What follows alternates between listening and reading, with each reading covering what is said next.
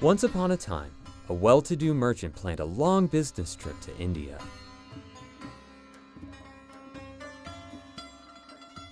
Therefore, before his departure, he assembled all his servants and asked them one by one what they would like him to bring them from India.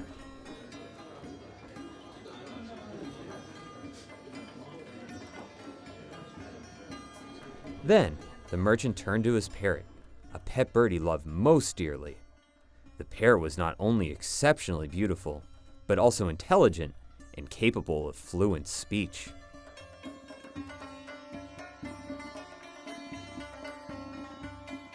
The merchant loved her and regarded her as an intimate friend, holding long conversations with her and confiding his secrets with her. Nevertheless, the parrot was kept in a cage, a very pretty one, hung near an open window, looking out on the merchant's lovely garden.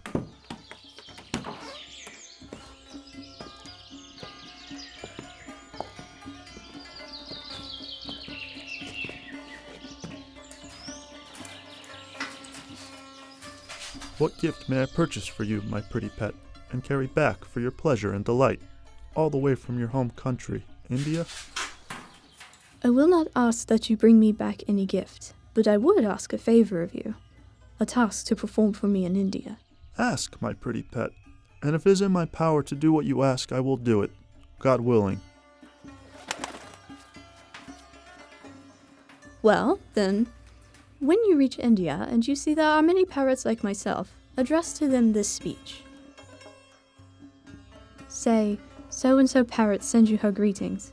She longs to be with you, but she cannot be.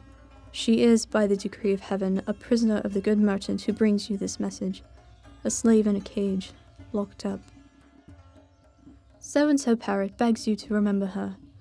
Remember her, imprisoned in her cage, when you fly about freely in gardens of fragrant roses. Remember her, alone, and without the company of her fellows, while you go about with one another, cheerful and jolly. Say what? Have you forgotten your friend so soon? That you can fly about happily in the company of others? It may be that I was at fault in my service to you, and you're punishing me by forgetting me in this way. Is that as it should be? Is it right to answer a wrong with a wrong? Would it not be better to answer a wrong with a right? The merchant listened to every word and promised to deliver his pet's complaint as best he could.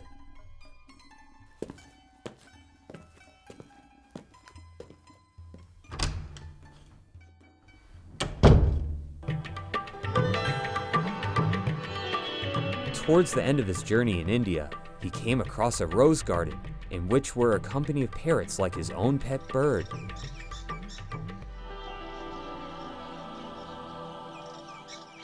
To them, according to his promise, he faithfully recounted the parrot's words. One of the parrots, who had been listening, began to tremble and shake. It fell from its perch in the rose tree and lay on the ground, dead. I have been the cause of that poor creature's death. And he regretted that he had kept his promise.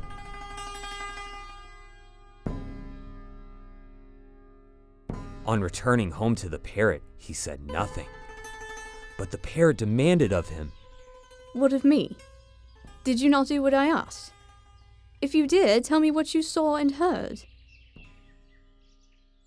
I did do it, and how deeply I regret that I did. I wish I had kept silent and not conveyed your words. Why do you repent of keeping a promise and fulfilling a trust? What has caused you to be so remorseful and upset? I conveyed your complaints to the parrots where I found them, and one was so touched by your pain that she trembled and dropped down dead.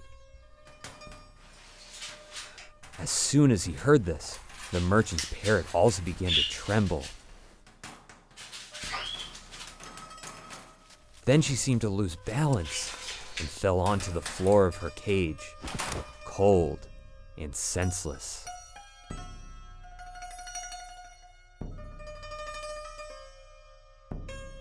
The merchant was now so struck with grief and despair, he began to tear his hair and clothes, my dear, sweet companion, my singer of sweet songs, keeper of my secrets. Ah, what should I do without you? How should I live without you?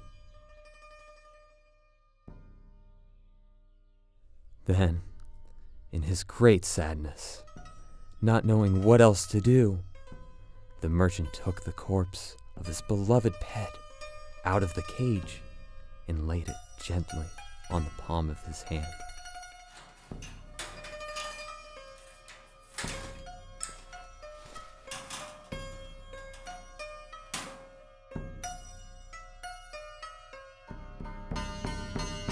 Suddenly, the parrot awoke and flew through the open window to the safety of the high branch of a tree in the garden. The merchant was relieved to see his pet well.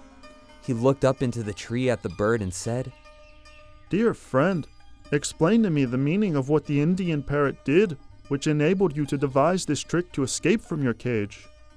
She gave me excellent advice. By her dying, she conveyed this advice to me. Your own fine voice is the cause of your being in a cage. You are held in that way so that you may entertain people with your singing and your speech. Their praise and the flattering love of your master are the walls of your cage.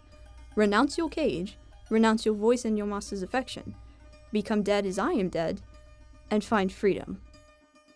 Go in peace under the protection of God.